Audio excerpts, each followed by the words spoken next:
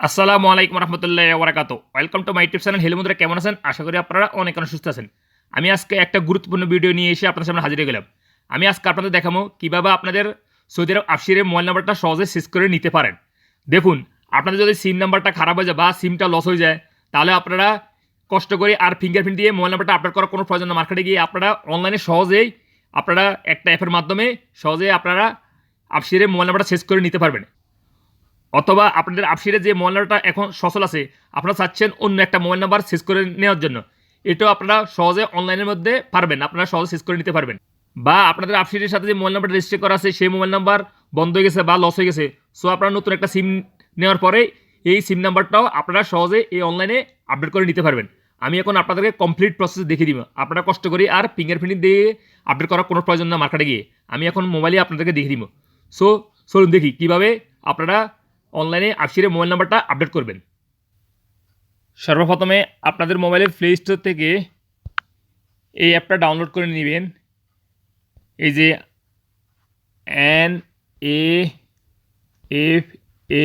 NAFATH, এই যে নাফাত app KS, এটার উপর একটা ক্লিক করবেন। এই যে এখানে শো হইতেছে নাফাত ন্যাশনাল ইনফরমেশন সেন্টার। এই নাফাত অ্যাপটা ডাউনলোড করে আপনাদের মোবাইলে ইনস্টল করে নেবেন সর্বপ্রথমে। ওকে, আমি এখন আমার মোবাইলে ইনস্টল করতেছি। আমার মোবাইলে ডাউনলোড হয়ে ইনস্টল হয়ে গেছে। এখন আমি ওপেন করতেছি। এভাবে ওপেন করবেন।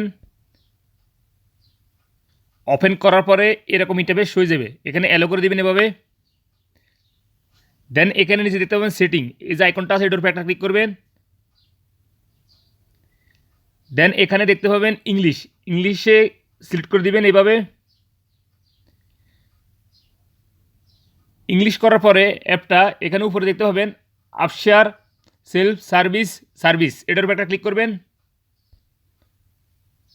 তারপরে এখানে তিনটা অপশন শো হয়ে যাবে। দেখুন এখানে update your digital identity number Absher, এটার উপর একটা ক্লিক করে দিবেন। দেন এখানে আপনাদের ইকামা নাম্বারটা এন্ট্রি করবেন।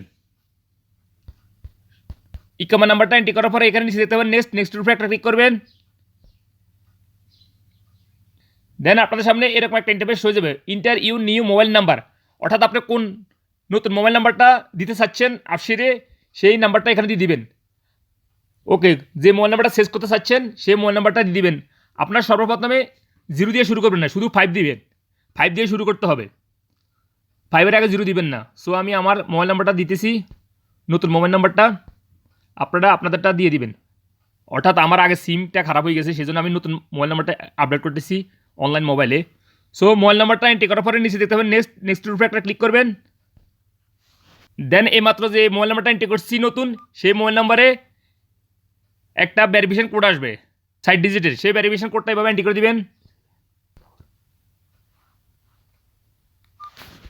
দেন আপনার সামনে এরকম একটা ইন্টারফেস হয়ে যাবো, get ready for fingerprint verification.